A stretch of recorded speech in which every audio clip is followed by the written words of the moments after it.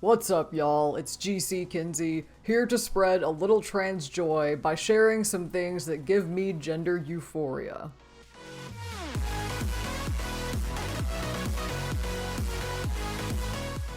So many discussions of trans people and our experiences focus on gender dysphoria, the distress or discomfort many trans people feel as a result of the mismatch between our true gender and our assigned gender at birth.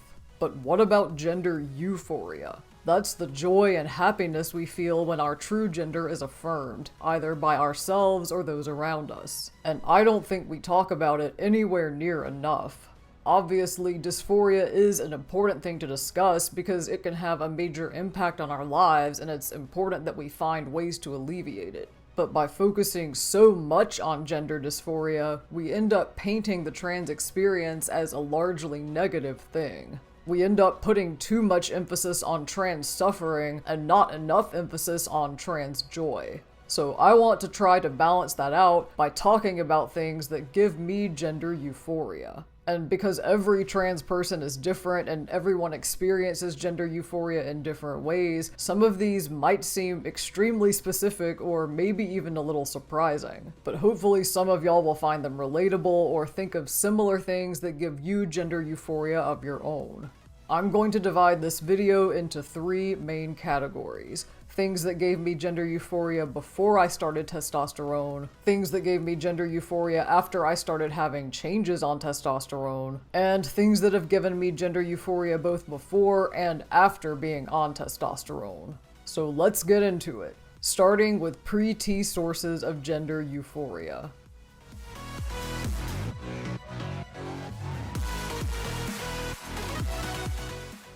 1. My height. Height tends to be a source of gender dysphoria for a lot of trans masculine people, so I feel like I really lucked out in that department. I've been measured at 5'9" at some doctors' offices and 5'10" at others, so we'll split the difference and call it 5'9.5". Growing up, I was always one of the tallest people of any gender in my class, and that felt awkward at times, especially in middle school. But the older I got, the more I learned to appreciate the power of my height, even pre-transition. And now I love it and wouldn't trade it for anything because of the gender euphoria it brings me. I was taller than both of my exes, who were cis men. One of them was 5'7", the other was 5'8", and even though I didn't know I was trans yet when I dated either of them, I liked being taller than them and found that strangely validating. Now I enjoy being very much average height among my cis male friends. And I extra enjoy putting on a pair of high heels for drag and making myself more than 6 feet tall. 2. My makeup skills. I have always been passionate about makeup. It's the main reason I got into cosplay, and it's still my favorite cosplay skill to show off. It's also a powerful tool for expressing my gender and boosting gender euphoria. I can use makeup to contour my face to look more masculine, to fill in and reshape my brows, and to give myself facial hair. Wearing a mascara beard for cosplay was actually what cracked my egg. When I was still questioning my gender, makeup was like armor in a way. In situations where I wasn't yet comfortable being open about my gender exploration and was still expected to present feminine, I got through that with makeup. I counteracted the gender dysphoria inherent in those situations with gender euphoria that came from glitter eyeshadow and false lashes and bold, fun lip colors. Basically, the closest I could get to drag without actually doing drag. Of course, I use makeup for full-on drag looks too as a cosplayer, and I get a ton of gender euphoria from that as well. Before I started T, using makeup to look as much like a man in drag as possible gave me so much gender euphoria. And out of drag, makeup has always been a great way to express my gender queerness. I love subverting gender expectations by pairing facial hair with a pop of lip color, or looking super hot and gay with guy liner. 3. My pronouns. I started using he/him pronouns for the first time in 2018. At first I used them alongside my pre-transition pronouns, she/her, then I dropped she/her and went with he/him exclusively in 2021. And he/him pronouns have been one of my biggest sources of gender euphoria throughout my transition. One reason for that is that switching pronouns felt like the first real tangible step in my transition. I've been going by my initials since before I started transitioning, so I didn't have the usual name change process. And my gender expression expanded more so than changed. So before I started T, changing pronouns was the first thing that felt like saying, yes, I really am trans, which brought me a lot of gender euphoria. The other reason my pronouns have been such a powerful source of gender euphoria is because of how rarely I've gotten to hear them. Early in my transition, the only people who ever gendered me correctly were my closest friends, so every time one of them called me he, it gave me tons of gender euphoria. And honestly, that's still the case now, even several years later, because of how often I get misgendered by most other people. Alright, next up are the changes I've had on T that give me gender euphoria.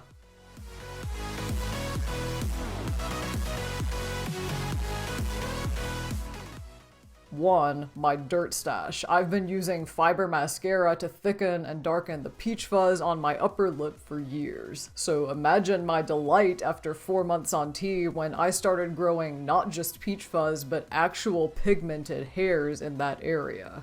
Since then, my little dirt stash has continued to get thicker and darker. By 7 months on T, I started noticing that it was visible in my cosplay photos and music videos. By 11 months on T, it became very visible when wet. I started noticing it right away in the changing room mirror after I would go swimming. This has been a really fun and affirming change on T. I get a little burst of joy in my heart every time I catch a glimpse of my dirt stash.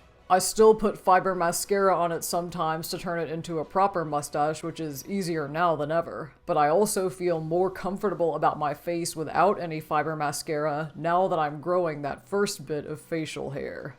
2. My hairline. Before I started T, my hairline did not do me any favors as far as affirming my gender. It was very soft and rounded, which people tended to read as feminine, and I felt like I had to work extra hard with contouring to balance that out and masculinize my forehead. On top of that, my hairline came down a lot further on the left side of my forehead than my right, which presented some challenges and limitations for styling. But around 4 months on T, my hairline started to change. It has now squared up a lot. It's become more symmetrical, it's got these little dips at the temple where I used to have to contour, and even though the change has been subtle, I feel like it's completely transformed my forehead. It makes me feel confident about my forehead shape instead of self-conscious about it. Also, as a cosplayer, I get so much gender euphoria every time I wear a lace front wig. Because when I'm putting on the glue, I really notice how different my hairline is now from how it used to be. And the placement of those lace front wigs looks more masculine now too, because my own hairline underneath is more masculine, which I absolutely love.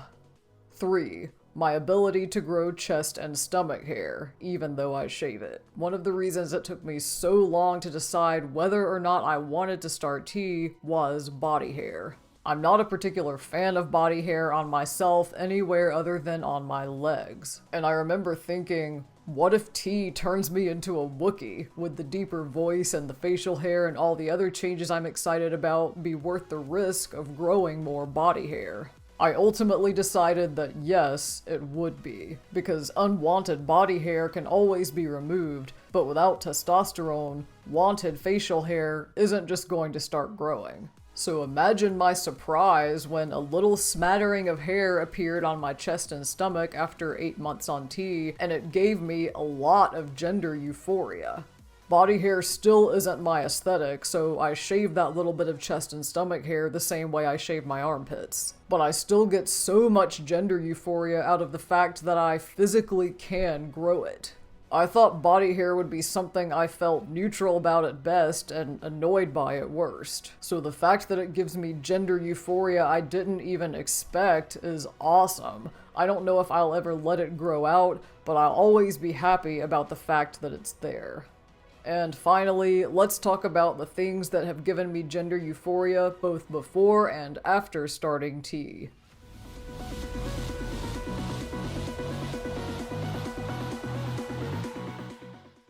1. My jawline. Before I started T, my jawline was the most masculine feature on my face, and I liked how that balanced out a lot of the softer or rounder facial features that people tended to perceive as feminine. My jawline gave me gender euphoria about my face on its own, but even more so when I contoured it to look extra square and angular, or when I coated it with fiber mascara to give myself a beard.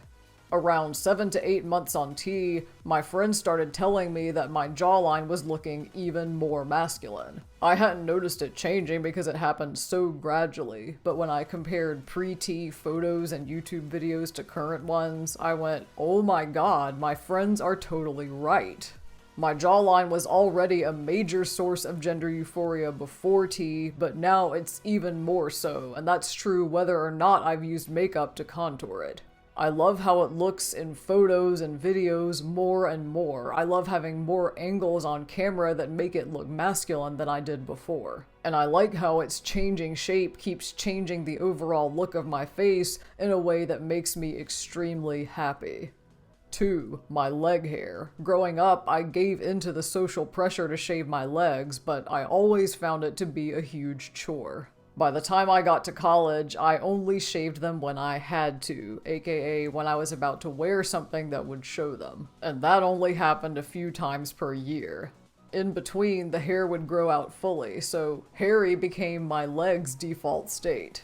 I always thought I felt pretty neutral about my leg hair. But one day, a year into my social transition, I realized the cosplay I was about to wear to a local anime convention had a very high thigh slit that would show one of my legs. So I was like, oh, better shave. And as soon as I did, I realized I had made a huge mistake. Because my leg hair had unknowingly become a source of gender euphoria for me, and shaving it off suddenly made me dysphoric as hell. That was the very last time I ever shaved my legs, because once I knew how much gender euphoria my leg hair gave me, I knew I wanted to keep it fully grown out from then on. I started T 4 years after that last time I shaved, and T started thickening my leg hair after 4 months. After 8 months, I even started growing thigh hair for the very first time, which gives me more gender euphoria about my leg hair than ever. 3. My singing voice. I saved this one for last because it has always been my biggest source of gender euphoria. In fact, my singing voice is also the first thing I ever remember giving me gender euphoria, which happened when I was in middle school and had to switch from soprano to alto in chorus and thought, whoa, this is really cool, my voice is changing like a boy's. Sadly, I didn't realize that was gender euphoria until many years later, but since then, I enjoyed having one of the lowest voices for a woman in all of the musicals I was in. I wished I could sing even lower, of course, but I loved figuring out how to sing in a masculine way with the range I did have. In college, I used to sing show tunes written for tenors in the practice rooms of the music building and think, I wonder if I can convince anyone walking down the hall that there's an actual tenor in here. For real, how did my egg take so long to crack?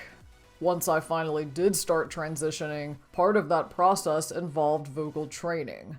This was mostly intended to help my speaking voice, which was a source of dysphoria for me, but it ended up making me feel more euphoric than ever about my singing voice. I expanded the lowest note in my range from F3 to C2 with a year of dedicated voice training before I started T.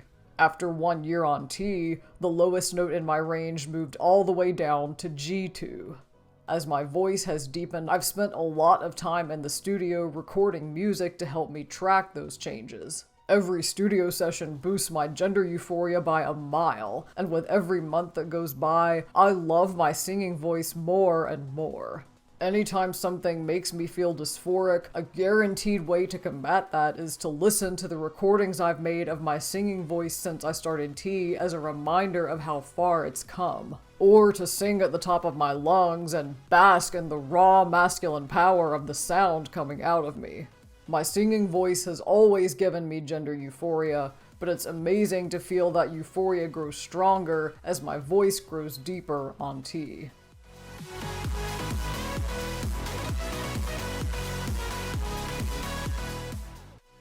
So, that wraps up my list of things that give me gender euphoria, and I want to close out this video with an honorable mention, something that gives me a weird mix of gender euphoria and gender dysphoria at the same time. And that's my speaking voice, specifically when I start talking and people are surprised because they clearly expected it to be deeper.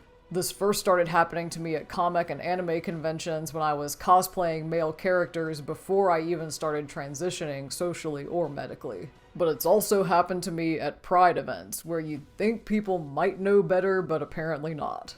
One of the most awkward instances of this was at a drag show during my city's Pride Festival when someone complimented my outfit and asked to take a photo with me, and when I said thank you, they were like, "Oh, your voice is so Yes, really, I wish I were making that up.